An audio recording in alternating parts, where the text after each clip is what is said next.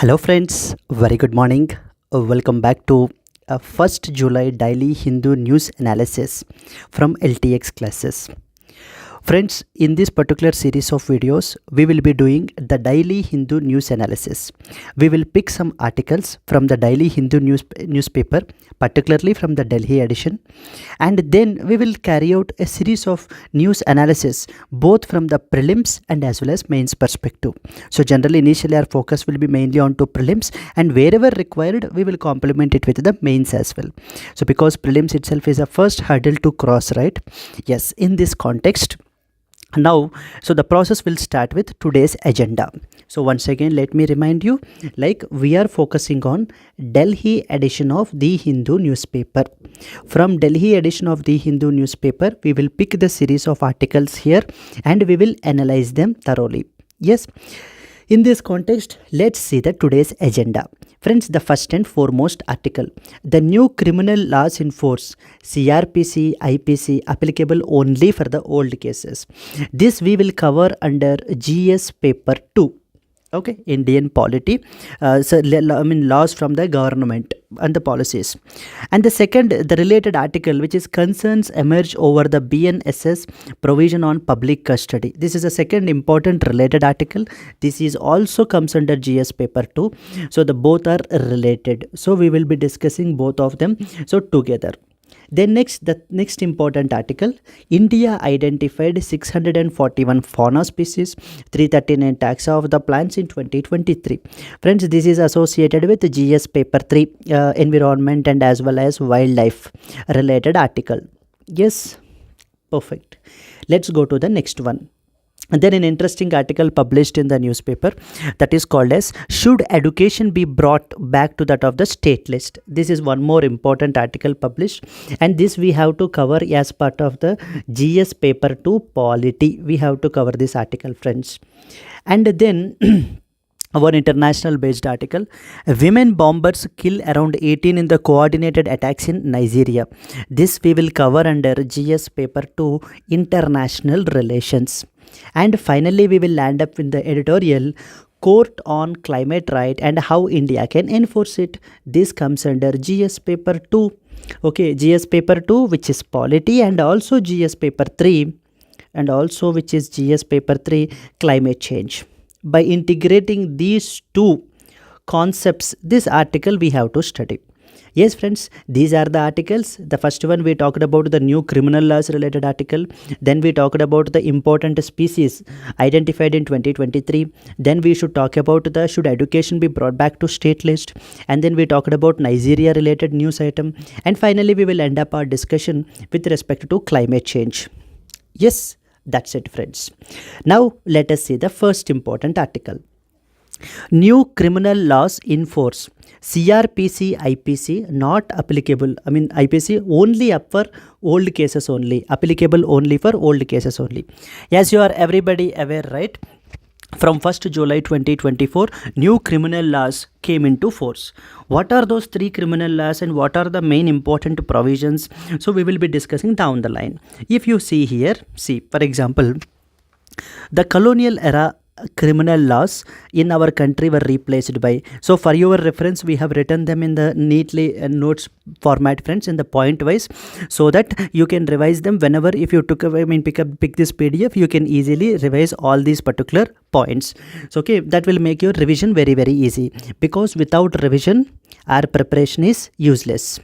What will happen if we just go on preparing without revising the old concepts? So we will end up in losing the game. So therefore I strongly suggest you to please revise.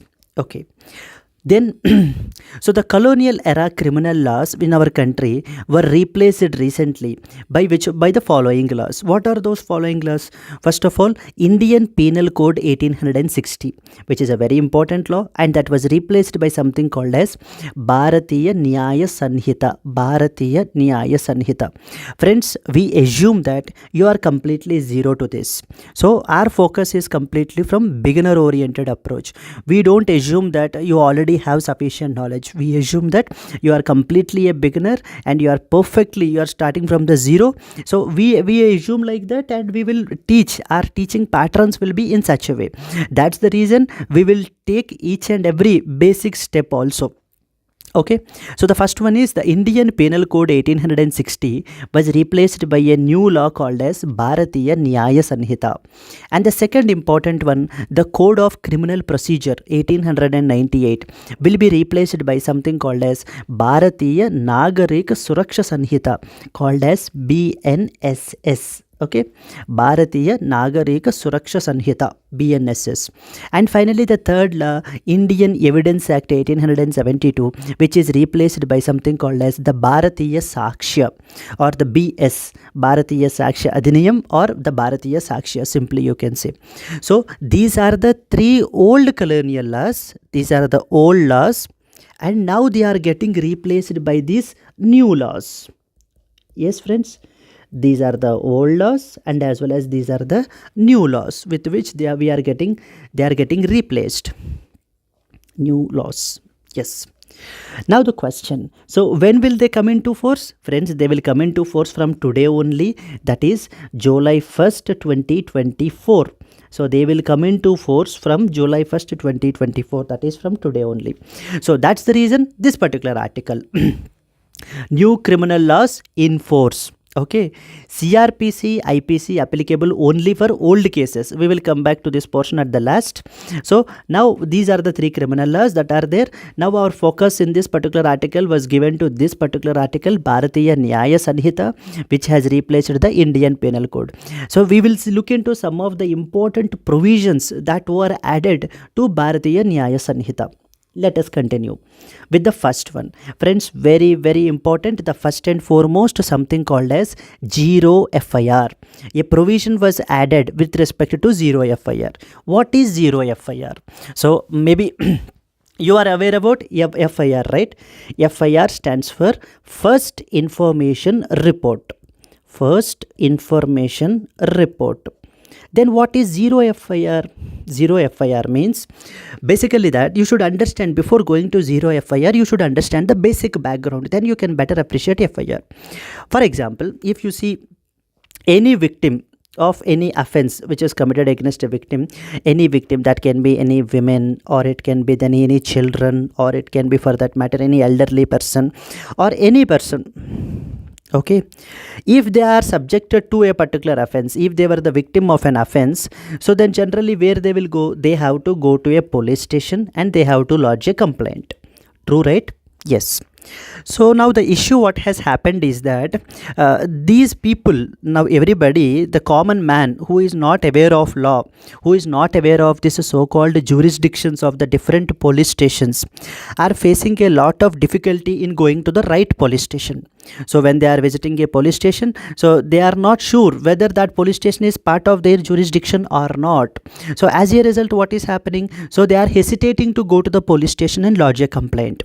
Now this zero FIR says that whatever the police station you can go, wherever you can go to the nearby police station, irrespective of the jurisdiction. That means now we are giving some sort of flexibility to all the people of our country, that whenever you are subjected to any particular offense, and if you are a victim of that particular offense, then in order to lodge your complaint, you can go to any police station irrespective of its jurisdiction. You can go to any police station and you can lodge an FIR. That is called a zero FIR. Zero FIR means, if you see this, a provision for zero FIR allowing the filing of the first information report at any police station regardless of the jurisdiction. So now these people can go to, now you and me even can go to any police station and can lodge an FIR irrespective of its jurisdiction. We need not bother about jurisdiction. Now is it a formal FIR? Actually no. Why? Because from there now to the concerned police station a trigger will be given, and the concerned police station, that means the exact police station through which where the jurisdiction falls into, so will be registering a fresh FIR on this particular case, and they will start the investigation. I hope it is clear. So this is basically given a flexibility to the people where you can go to any police station and you can file an FIR.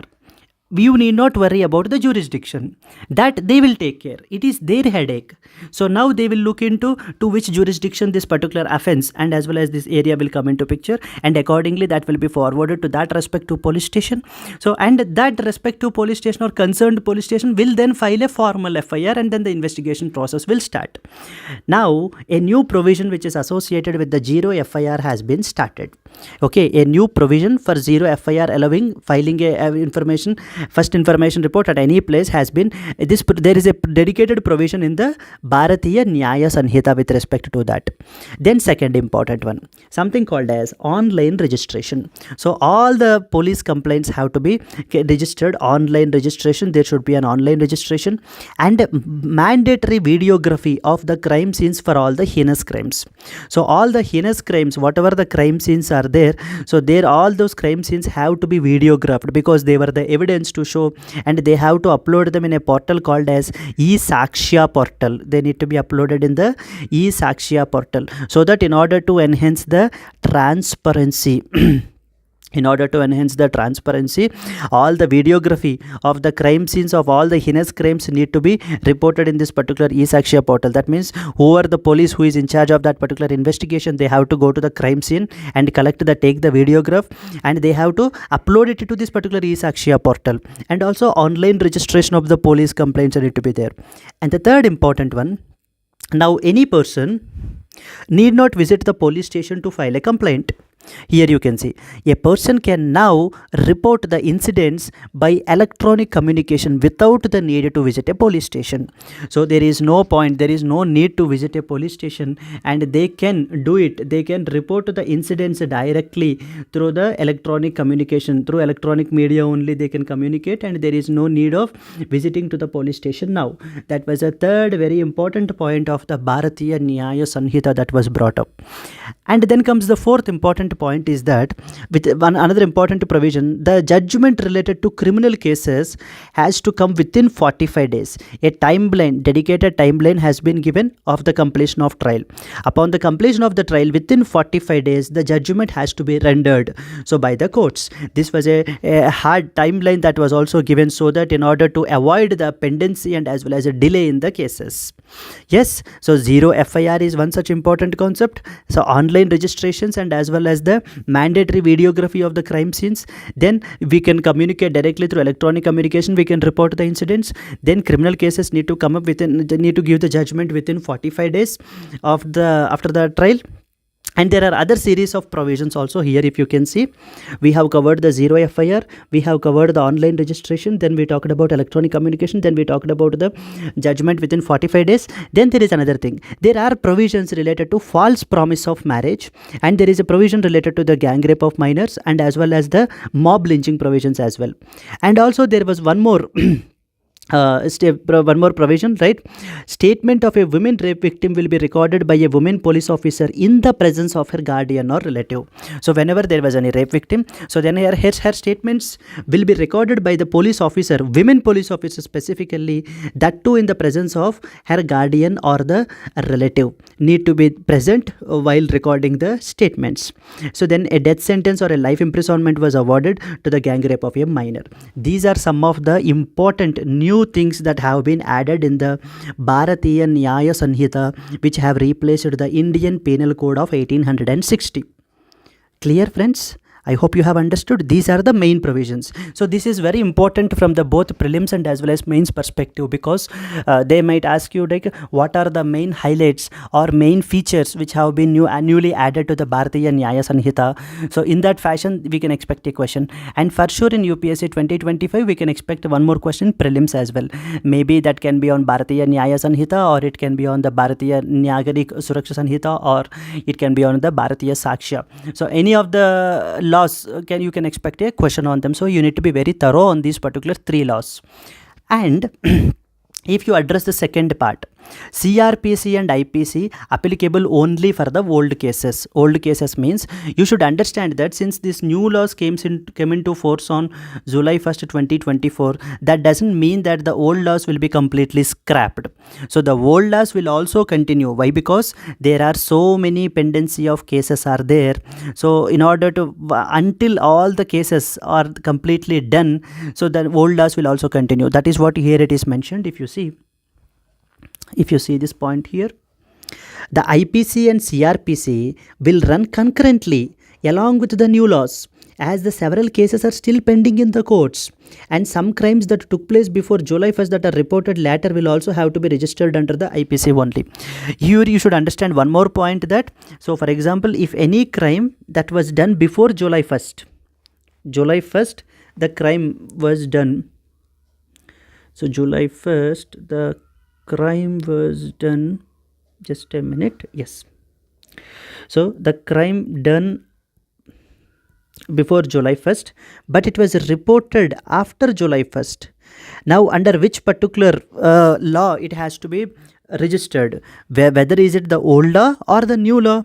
Since because it was done committed before July 1st, it need to be registered under the old law only. That is what this statement is making. So that means you should understand that any crime which was committed after July 1st will be registered under the new laws. Yes friends, so finally the conclusion is the three laws came into force. Those three laws have replaced the earlier colonial era laws. Those are Indian Penal Code 1860 was replaced by Bharatiya Nyaya Sanhita. The Code of Criminal Procedure 1898 was replaced by Bharatiya Nagarika Suraksha Sanhita, and then Indian Evidence Act 1872 was replaced by Bharatiya Sakshya. Okay, these are the three important laws that have been replaced. And what are the new features? The first one is zero FIR, and the second one is online registration, and the third one is the mandatory videography of the crime scenes, and they need to be uploaded to eSakshya portal. And then new report of the incidents by electronic communication, no need without visiting the police station. So then judgment in criminal cases should be given within 45 days of the completion of the trial. And there are other related provisions also with respect to mob lynching and as well as a gang rape of the minor, etc. These are the other important crime related things that were there in the news. This is all about the first important article that you need to be aware. Can we go to the next article? Yes. As far as the next article is concerned, again it is basically a continuation to the first article only, because the concerns emerge over the BNSS provision on the police custody. This is related to the second law. The first article completely talked about, Bharatiya Nyaya Sanhita. Now the second article is talking about Bharatiya Nagarika Suraksha Sanhita, called as BNSS, Bharatiya Nagarika Suraksha Sanhita. BNSS. Let me explain you for a while. Let me make you understand the background. Then you will be very comfortable. So this is what is BNSS. What is BNSS? The Bharatiya Nagarika Suraksha Sanhita. Bharatiya Nagarika Suraksha Sanhita. Okay. For example, let us assume that a person A has been arrested by the police. Okay, A is a person and who was arrested by police. Now he need to be within 24 hours. He need to be presented before the magistrate. Within 24 hours, he need to be presented before the magistrate. Yes. Now there are two options, like either he can be given under judicial custody, he'll be under judicial custody, or if the police request, he will be under the police custody. So that means if the police have requested that this particular A is required for our investigation purpose, his presence is required, he need to be under our custody. If the police have requested it, and then the magistrate may give him the police custody for a couple of days. As per the existing rule, as per the existing CRPC, any person, the maximum number of days is the 15 days max only we have to grant the police custody generally. Only 15 days. The maximum period of granting the police custody is the 15 days. That need not be always 15 days. That can be, like, for example, it can be 3 days, it can be 4 days. Also, the magistrate can grant the police custody. Okay, from there he will be under judicial custody. I hope it is clear. Yes. Now, that was the first condition. First condition is 15 days is the maximum. And the second condition is, this 15 days will start from the day of arrest. From the day of arrest. So, for example, arrested. And from the day of this particular arrest, which is day 1, and up till day 15th. Day 15th. So, up till day 15th, in between only, these days only, so the police can request the police custody.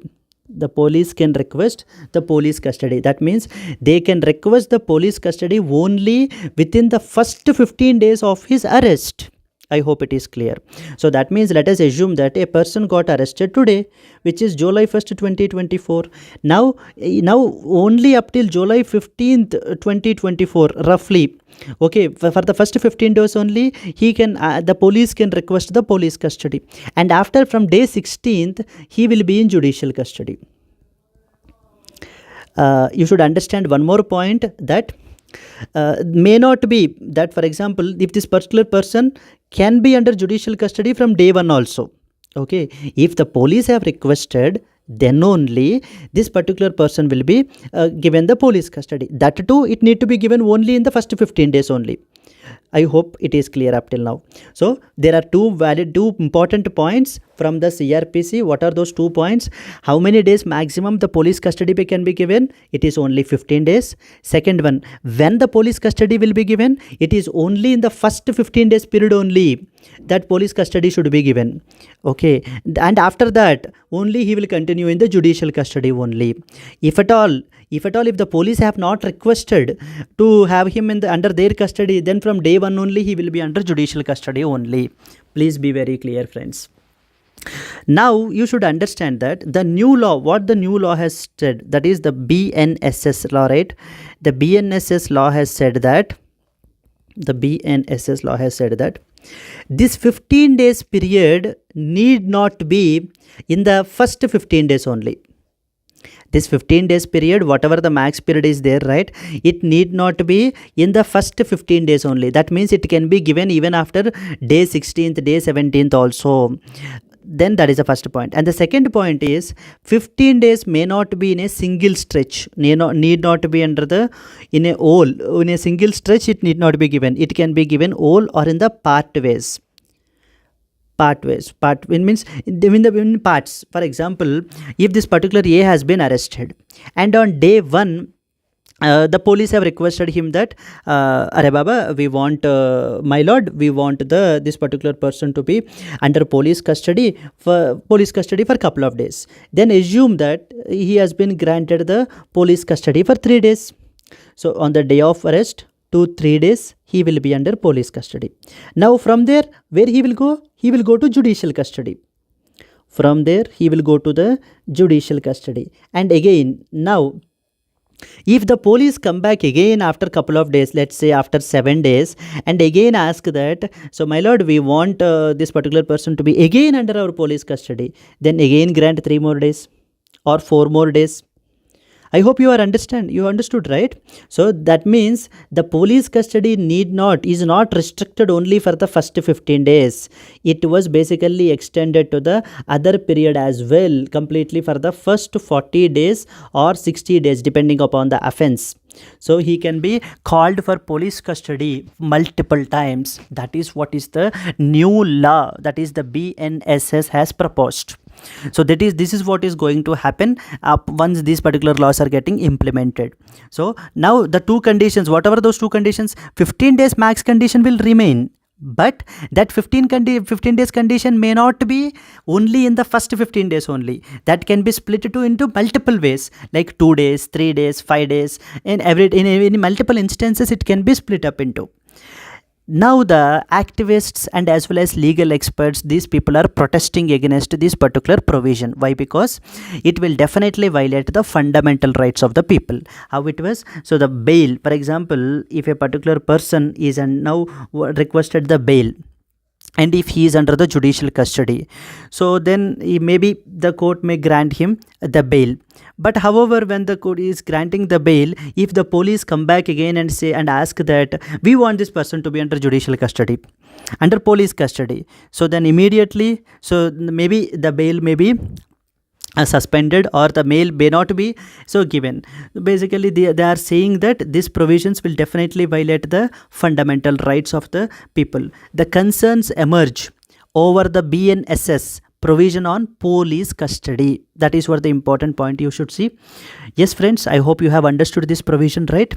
If you see this point, the main point of concern is let me write, I have written all the important points here. You can see here.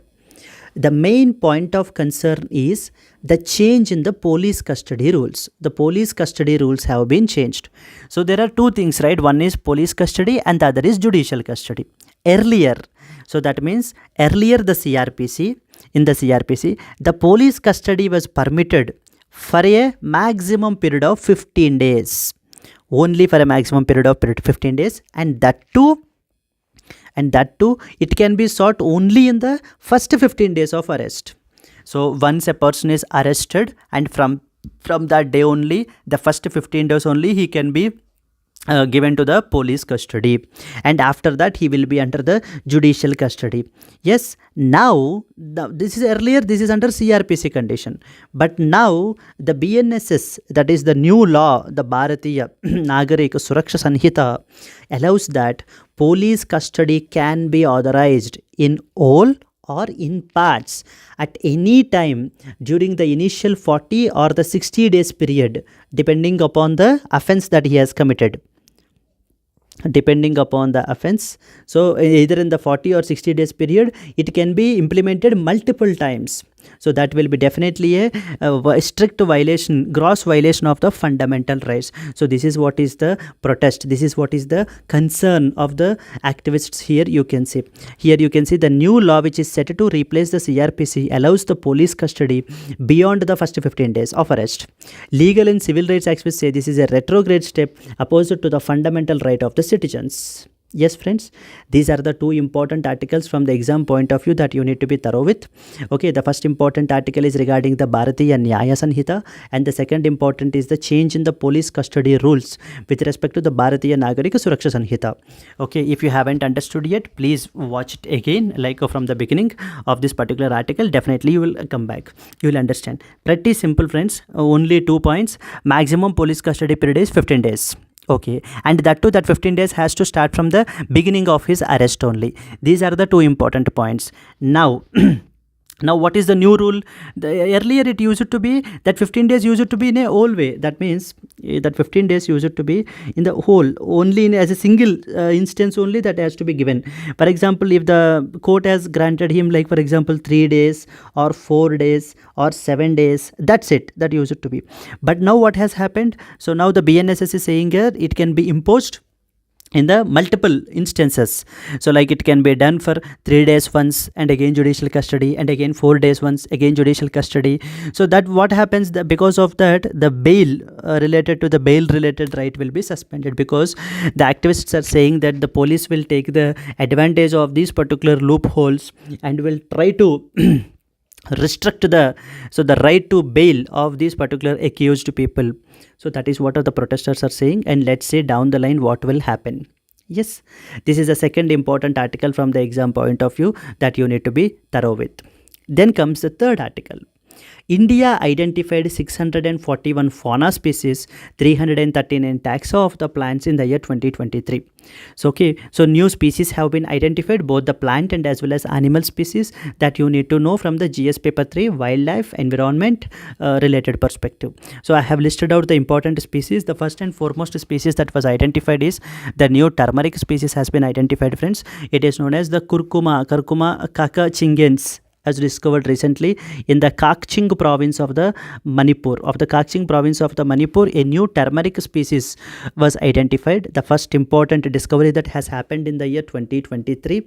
And the second important thing is the Assistacia venvi, which is a flowering plant which is discovered in the West Bengal. This was the second important. Okay, one turmeric species related discovery, and the one flowering plant related discovery, and the third one is the Himalayan Capra himalayensis. This was the animal species related discovery, and the third one Miniopterus srini, which is a bat species that was identified in the Karnataka. Okay, so the Miniopterus srini, this is the fourth important animal species that was identified. So these four species are there, friends. Recent discovery, as part of the recent discovery, they will ask you like the question like, so the Miniopterus srini is often seen recently in the news. What is it related to? Is it an insect? Is it a bat? Is it a butterfly? So likewise they will be asking you. It is a bat species, and that was found in the Karnataka. And we have the Capra himalayensis, and then we have Assistacia venvi, which is a flowering plant, and then we have a new turmeric species, which is the curcuma kakchingens, which is discovered in the Kakching in Manipur. So these are the new species which have been discovered. And similarly, a new portal was also brought up by Environment Minister, that is known as the Fauna of India Checklist Portal. Very, very important portal. The Union Environment Minister has rolled out a portal called as the Fauna of India Checklist Portal, which is the first of its kind. A new portal was rolled out. This portal is providing you information on all about 1 lakh animal species which are distributed across the India, whatever the animal species which are there, around 1 lakh plus species. So the information related to all these species will be mentioned in this particular portal. Okay, and also endemic, threatened, and even the scheduled species were also have been included in this particular list. That's it about with respect to this article. From the exam point of view, you need to be thorough with these species names and where they have been identified: turmeric species, flowering plant species, Himalayan ibex related species, and then bat species. And you should also be clear with this portal called as the Fauna of India Checklist Portal. So these are some of the important points from the exam point of view from this article, friends. Then let us go to the fourth article. Should education be brought to the state list? One of the important thing that has happened. Should education be brought to the state list? Now we have seen the NEET related, exam related controversies, and as well as the paper leak and all the important things. The story starts from the 7th schedule. I hope you are already aware, 7th schedule. Even if you are not aware, you should understand that there are 12 schedules are there in our constitution. 12 schedules are there in our constitution. We have 8 schedules, and then later added were the 4 schedules. Total 12 schedules. 8 plus 4, 12 schedules are there in total. In total there are 12 schedules, and originally we have the 4 schedules, and then later we have the new 4 schedules were added. Originally 8, later 4 were added. Okay, now the point of discussion is all about 7th schedule. 7th schedule talks about 3 lists. The first important list is the union list. Union list basically means that the list of subjects on which only the parliament can make a law. Only the parliament can make a law. Okay, union list means the list of subjects on which only the parliament can make a law. For example can be defense. On defense only the parliament will make a law, right? Which is a national level subject. So that was the reason it was mentioned under the union list. And the second one is state list. As far as state list is concerned, the list of subjects on which only the state legislature can make a law. Only the state legislature can make a law. For example, it can be police, it can be public health, it can be sanitation, etc. And then finally we have the third list, which is the concurrent list. What is concurrent list? The list of subjects on which both parliament and state legislature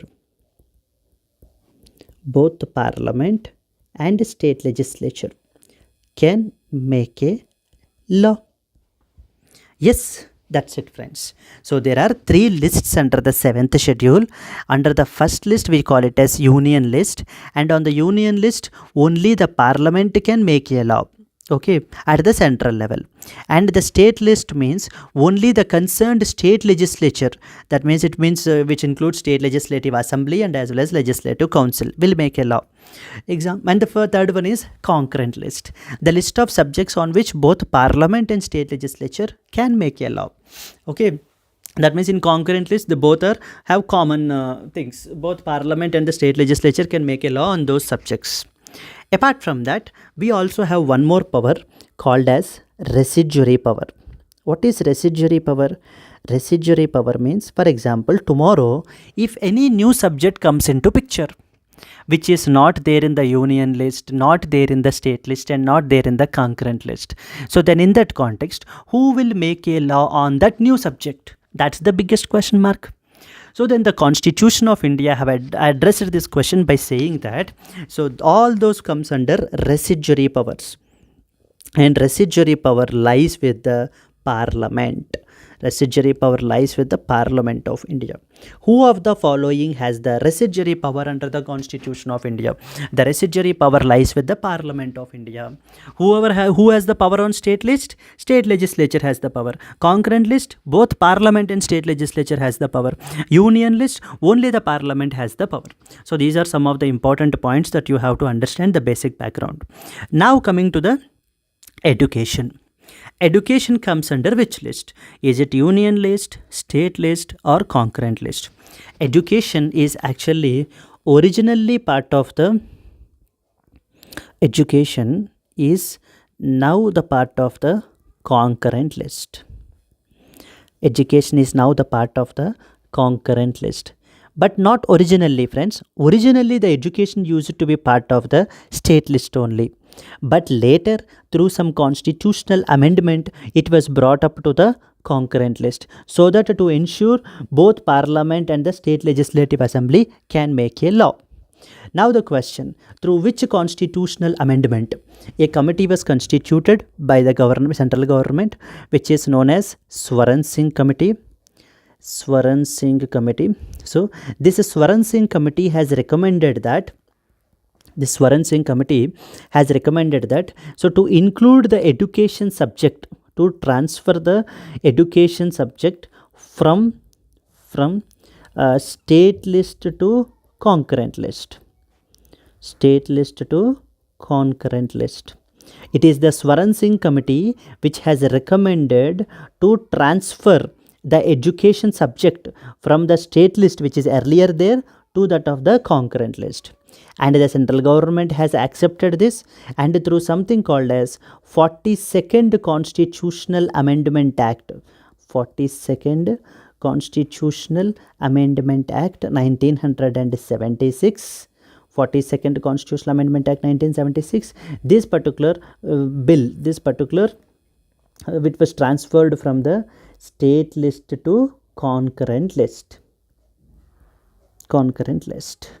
Yes. So now the question is, since it is there in the concurrent list, now who can make a law on it? It can be, now a law can be made on by both the parliament and as well as the state legislative assembly. True, right? Yes. Now the question is, basically now here the author is saying that since both now is it the time, should education be now again brought back to that of the state list? So that means to reverse the 42nd Amendment Act again, to bring the state list to that of the, from concurrent list to that of the state list. This is what is the author's point of view. Author is saying that there is a dire need now to get back the education again from concurrent list to that of the state list. So for that he has given some arguments, but before going to the arguments, he has first explained the what is the background, like how it has been done. He started with by saying that there is something called as the Government of India Act 1935, which is an important piece of legislation during the British rule, created a federal structure for the first time in our polity. The legislative subjects were distributed between the federal legislature, that is the present day union, and the provinces, which is present day states. So he is saying that the Government of India Act 1935 have divided the legislative subjects, distributed those subjects into the union level and as well as to that of the state level. Then education, which is an important public good, was kept under the provincial list. That means as part of the state list only it has been kept. After independence also this continued, and education was part of the state list under the distribution of powers. So before independence only the education was actually kept under the provincial list, which is nothing but today's state list. After independence also, okay, we have continued education to be under the state list only. Then something has happened. Then what has happened? During the emergency period 1975-76, the Congress party constituted an important committee called as Swaran Singh Committee to provide recommendations for amendment to the constitution. One of the recommendations of this committee was to place education in the concurrent list in order to evolve the all India policies on this subject. As I said, pointed out, right, as the Swaran Singh Committee has recommended that it need to be kept under the state list. So it is the Swaran Singh Committee which has recommended that. So since this particular education as a subject is there in the state list only the state legislative assemblies can make a law. So the parliament is unable to do the laws on this particular subject. So therefore there is a dire need so that we can have an all India education based policies. So that will be more uniform in nature. This is what is the recommendation of the Swaran Singh Committee. This recommendation was given to the government, and then government have accepted this particular recommendation, and through 42nd Amendment Act. See the next point. This was implemented through 42nd Constitutional Amendment Act by shifting the education from state list to that of the concurrent list. Friends, earlier education used to be in the state list. So okay, even before independence also, even later independence also, that got continued. But however, upon the recommendations from the Swaran Singh Committee of 1976, so now the subject of education as such is moved from the which list to which list? State list to that of the concurrent list. So that means now when it was brought to concurrent list, both the parliament and as well as the state legislative assemblies can make the law on it. But he is saying that there was no detailed rationale that was provided for this switch, and the amendment was ratified by various states without the adequate debate. So he is saying that even though for this shift the government have not given any valid grounds, like why there is a need to shift this particular thing, the government have not given, and even states have also ratified it without any debate. Then the Janata Party power came to by Morarji Desai, that came to power after emergency, passed the 44th Constitutional Amendment 1978 to reverse many of the controversial changes made through 42nd Amendment. One of these amendments that was passed in the Lok Sabha but not in the Rajya Sabha was to bring back education to the state list. So everybody knows it, right? 42nd Amendment 1976 is also known as the mini constitution, and which has brought so many changes to that of the constitution. But however, later through 44th Amendment Act 1978, so the many changes were again reversed, and one of those changes is also includes now getting back again the education subject from state list to from the concurrent list to getting back to again state list. An attempt was also being made during that time, but however that was passed only in the Lok Sabha, and that was not passed in the Rajya Sabha. As a result, even today, so this education as a subject is present in which list? It is present in the concurrent list. Yes. Now the author is pointing about some international practices, like in the other countries, like for example United States of America, in Germany, in Canada, where under whose disposal education as a subject is there. He is pointing to this particular point. He is saying that In the United States of America, the state and local governments set the overall educational standards, mandate the standardized test, and supervise the colleges and universities. The federal education department's functions primarily include policies for this thing. In Canada, education is completely managed by the provinces, that means states. In Germany also, the constitution vests the legislative powers for education with the landers, which is nothing but states. In South Africa, on the other hand, education is governed by two national departments for school and higher education. So the provinces of the country have their own education departments for implementing policies of the national departments and dealing with the local issues. So the majority of the countries have education as part of their state subject. So now he is saying that by pointing to the international practices, and he is also saying that why it was brought, why the government is reluctant to have the education under state subject. Why? Because it's because that the state governments are often end up with the corruption, and as well as they lack the professionalism in order to carry out this education as a subject, carry forward this education as a subject. Then the author is criticizing that, okay, now let us assume that if it was brought to concurrent list, so now education will be completely reformed. So does that happened?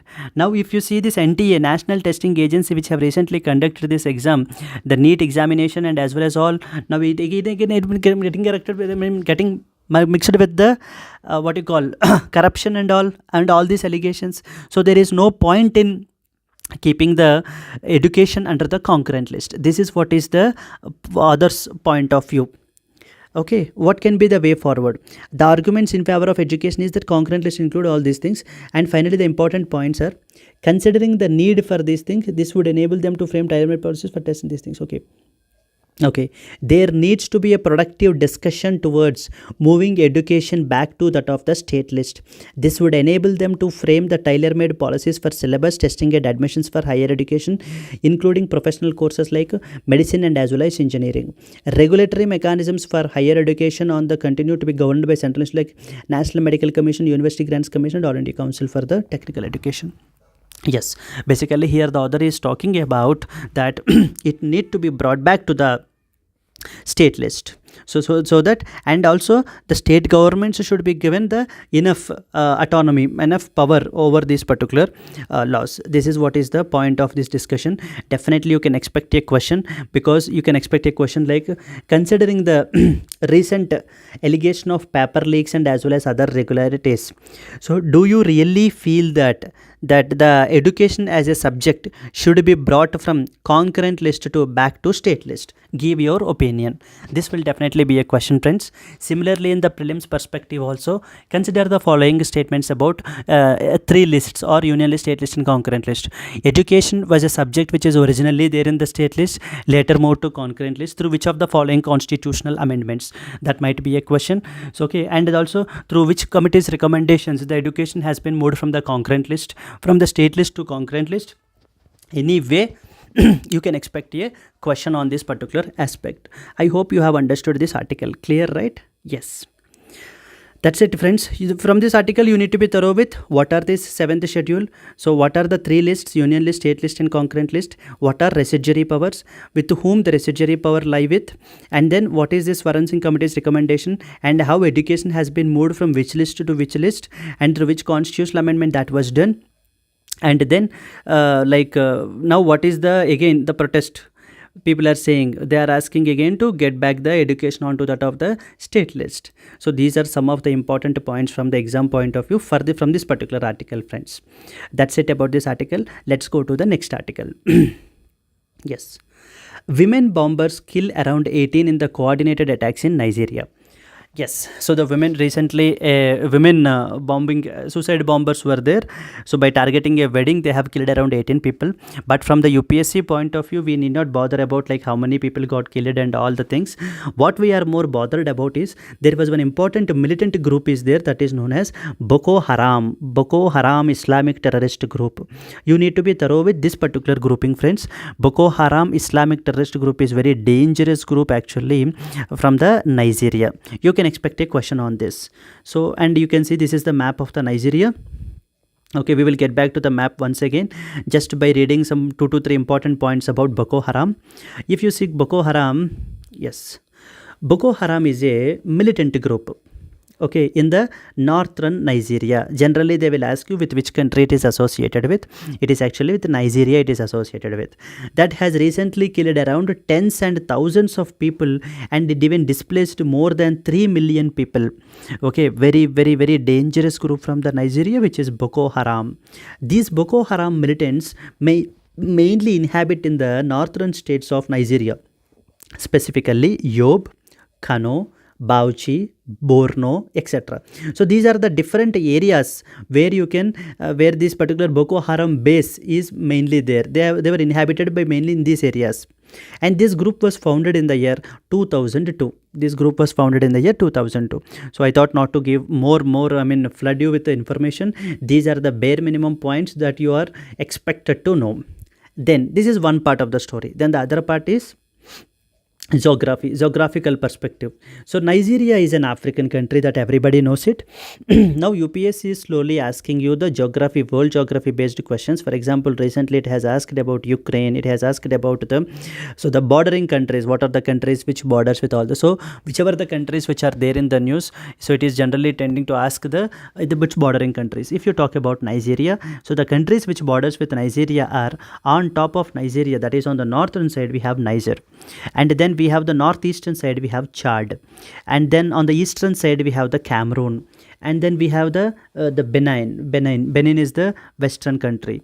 So these are the important border countries of the Nigeria. There you can expect a question, which of the following countries borders with Nigeria? You can expect a question like that.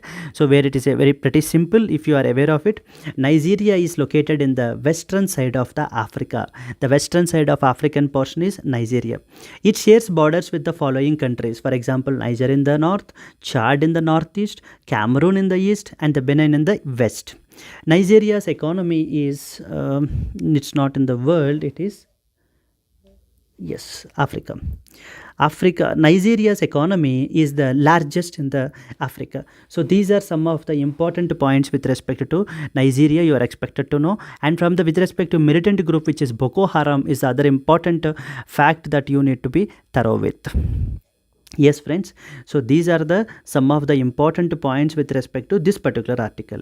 And finally, the editorial of today, court on climate right and how India can enforce it. But before going to this, just revise for a while. We'll revise. So the first and foremost, we talked about the Boko Haram militant group, and then we talked about Nigeria's bordering countries. So Nigeria is a western where the Nigeria is located. Nigeria is located on the western side of the Africa, and with which countries it shares the border. So if you see the map, then you have to read the geography only through map.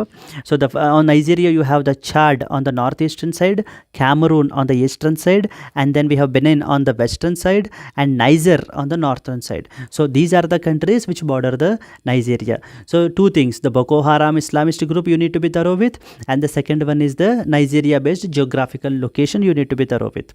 Then we talked about, should education be brought back to that of the state list, is the question that the author is pointing out, where we talked about what are the different types of schedules are there, and which schedule deals with these three lists. What are those three lists? Union list, state list, and as well as concurrent list. Who can make a law on those respective subject in that particular list? And then we talked about the residuary powers. What are residuary powers? Who has the residuary power? Okay, under which article? It is article number 248 of the Constitution.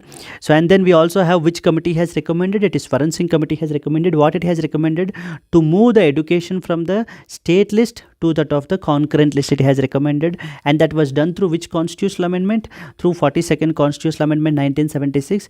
And as a result, what has been done? It has been moved from state list to that of the concurrent list. So okay, these are some of the important points from this particular article. If we move forward, then we talked about the important types of species, turmeric species, then we talked about the flowering plant, Himalayan ibex, and then we have the bat related species also been identified. And a new portal called as the Fauna of India checklist portal, we talked about this particular portal. Then if you move still more forward, we talked about the what is police custody, what is judicial custody. So okay, what this BNSS law is saying, what is the status before it, we have talked about all these things. Then before that we talked about what are the three important laws so that has been recently come up into force, and what are the main features of the Bharatiya Nyaya Sanhita. We have talked about that particular article as well. Yes, friends, these are the very important articles from the exam point of view. These articles we have picked up from the Delhi edition of the Hindu newspaper. And finally, we will close this particular session with the editorial discussion. In brief, some important points with respect to editorial we will discuss, and once that is clear, we will close this session for today. Yes, the court on climate right and how India can enforce it. So some important thing has happened here. If you see at the Supreme Court of India, yes, friends, Supreme Court of India is actually the highest constitutional court in our country. It is the highest constitutional court, okay, in India. True, right? And it is the guardian of the protector of constitution and also protector of the Constitution of India and also the fundamental rights of the people. The fundamental rights of the people. Fundamental rights of its citizens. It is the duty of the Supreme Court of India to protect it. Recently, the Supreme Court has come up with a very landmark judgment that is known as Ranjit Singh versus Union of India case. Ranjit Singh versus Union of India case. This was very important case, friends. Ranjit Singh versus Union of India case. In this case, so the Supreme Court have said that the right to have healthy environment,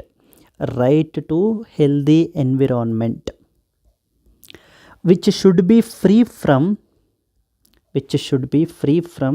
adverse effects of climate change. So now if you see this climate change, it is a happening phenomenon right now. Everybody, we are suffering in the form of increased number of cyclones, heat waves, and as well as other natural disasters, increased temperatures. So everybody, we are facing the effects of climate change. Now the Supreme Court is saying that everybody has a right to have access to right to healthy environment which is free from the adverse effect of climate change was declared as a fundamental right. It was declared as a fundamental right, and the base is the Constitution have said that, the Supreme Court has said that, so the base flows from article number 21 and as well as article number 14. What is article number 21? Right to life. And what is article number 14? Which is right to equality. Okay. So now the Supreme Court is saying in the Ranjit Singh versus Union of India case that everybody has a fundamental right known as right to healthy environment which is free from adverse effects of climate change, and the source of it is under article number 21 and as well as article number 14 of the Constitution. So this is very important from the UPSC perspective, because in the last year itself, so Supreme Court, UPSC have asked in 2024 one important question. I think you are everybody are already aware. Right to privacy. Right to privacy, according to Supreme Court of India, right to privacy is a fundamental right under which of the following articles? And the options are article number 21, article number 17, okay, article number 24, something like that. And what is the answer? It is article number 21, which is right to life. Likewise, in the next year UPSC examination, definitely you can expect a question. Right to healthy environment free from adverse impact of climate change was declared as a fundamental right by the Supreme Court on the basis of which of the following articles? Article 21 and as well as 14. Or they might ask you, in which of the following landmark cases Supreme Court have declared right to healthy environment free from adverse effects of climate change as a fundamental right? It is Ranjit Singh versus Union of India case. So now here the author is saying that this is definitely a landmark judgment in our country. So why? Because now the climate litigation will start. So the non-governmental organizations, civil rights organizations, civil society related organizations, now all these will start demanding that we need to have an access to healthy environment. It is a duty of the government to provide us to have a healthy environment where we are completely free from adverse effects of the climate change. This is what is the point that the author is making, and the author is also trying to make some different important points. Let me brief you without without reading the line by line reading. Let me have some small understanding.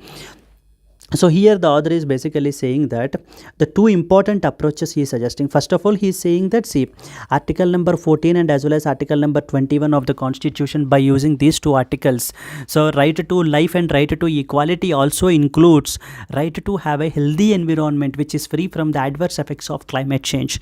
So this is what is the Supreme Court have made, and this will be definitely a landmark judgment. This is what is the author's point of view. And then he talked about that we have two different approaches. So the first approach is like a judicial way of protection, judicial way of protection, and the second one is legislative protection. So that means this climate change law should be legislative protection. That means the parliament have to enact a law, because Supreme Court have also admitted that there is no umbrella law, okay, holistically in our country with respect to addressing the climate change. So therefore even Supreme Court is also saying that there is a dire need to bring out such a particular law in our country. And the author has pointed out two important approaches. The first one is the regulatory mechanism. Now we want a law, regulatory law and as well as enabling law. So the author has pointed out two important laws. The first one is the regulatory law and the second one is enabling law. So for regulatory law he given the example of UK, and for enabling law he has given the example of Kenya. So the enabling law should be in such a way that we need to take care of development.